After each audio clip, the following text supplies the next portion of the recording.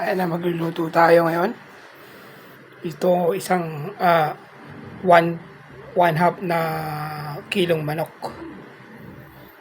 So, thigh and leg yan.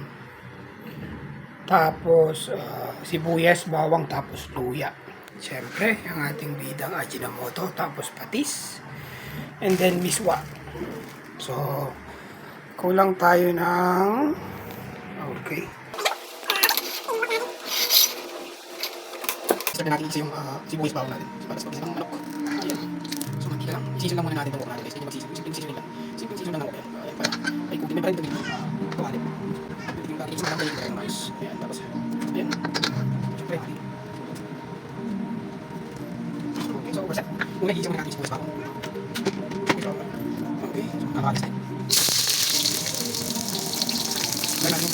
Ayan. Wala mo lang aroma. Hindi natin kasi yung aroma ng ating parami. Kung may bawang sibuyas, okay yan. Magaya niya. Gawin natin itong tipong natin. Ayan. So, bigyan na natin.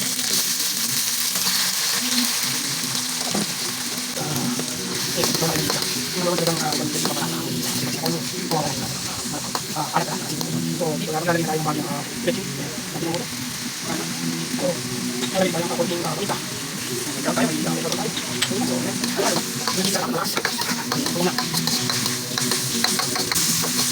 So, siyempre, yan tayo sila. So, ilalagay tayo ng paano ng patis na. Ayan. Ito kasi yung papadilig natin sa kanyang manok. Ayan. Ayan, tigil natin. Ito po natin yung alat. So, tigil natin yan. So, nagawin natin ang ilalagay natin.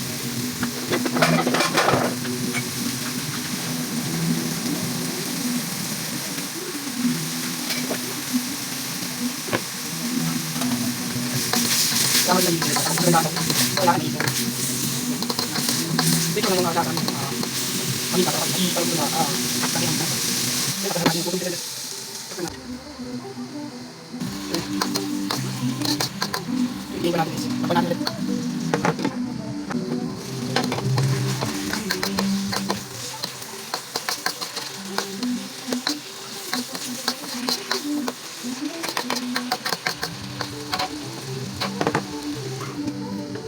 Kaya nga guys, kung nakikita yung nakikita niya.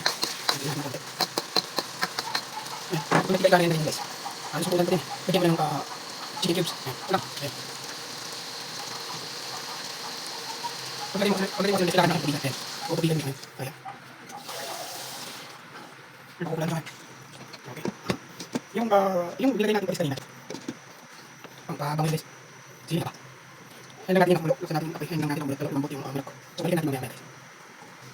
Check lang natin guys. Ayun. Talagang parang ginawa yung bawat. So bagay naman natin gaya-gaya. Yung kanilang lutuin natin guys. Pag ito na, saka natin yung gulay tayo mismo. So pagkita na. Check natin. Luto na siya guys.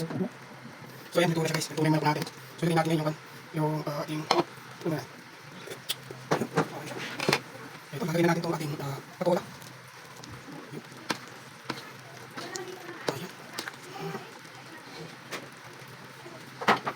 Ilagay ko ng konti tubig guys. Kunti lang. Ilagay ko natin. Hindi lang maluto eh. Kasi medyo maalit lang natin tubig. Ayun. Sarap. So na. Nung ito. Ganyan natin. Ganyan natin yung sa natin. So isang kali lang. Dami ba ito? Ayan. Isang kali lang. Gagawin natin. So natin manok. Isang kali lang namin. So paano ito po siyang marami. Ayan. Kasi bubuo yung marami. Lang may para. Hindi may yan. Kasama-sama kasi. Sa isang gilid. Isang tabi. So ito kami ulit ba yun. Ayan. Ayan. Ayan guys. Anong masasabi nyo sa ating chicken patola binis pa? Simpleng pagkain lang guys pero masustansya. Dami patola. Masarap sa bawang patola at binis pa. So pag pinagsama din sigurado.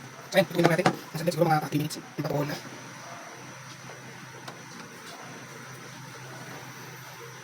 Saglit lang maluto yung patola guys. Ito na guys, after 3 minutes, the moment of truth. Ayan na. Ito na sa baw. Ayan na. So, okay na siya. Luto na siya guys. Ituloy na natin kung pinakita.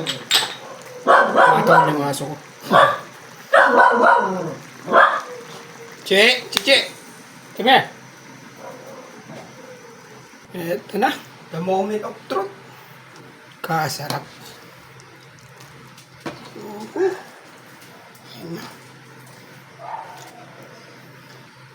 Ayun o. Kasarap. Kasarap.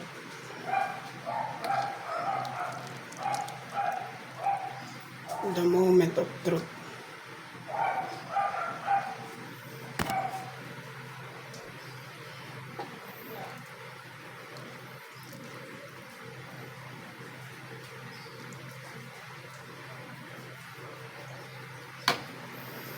Sa mainit na kanin, guys.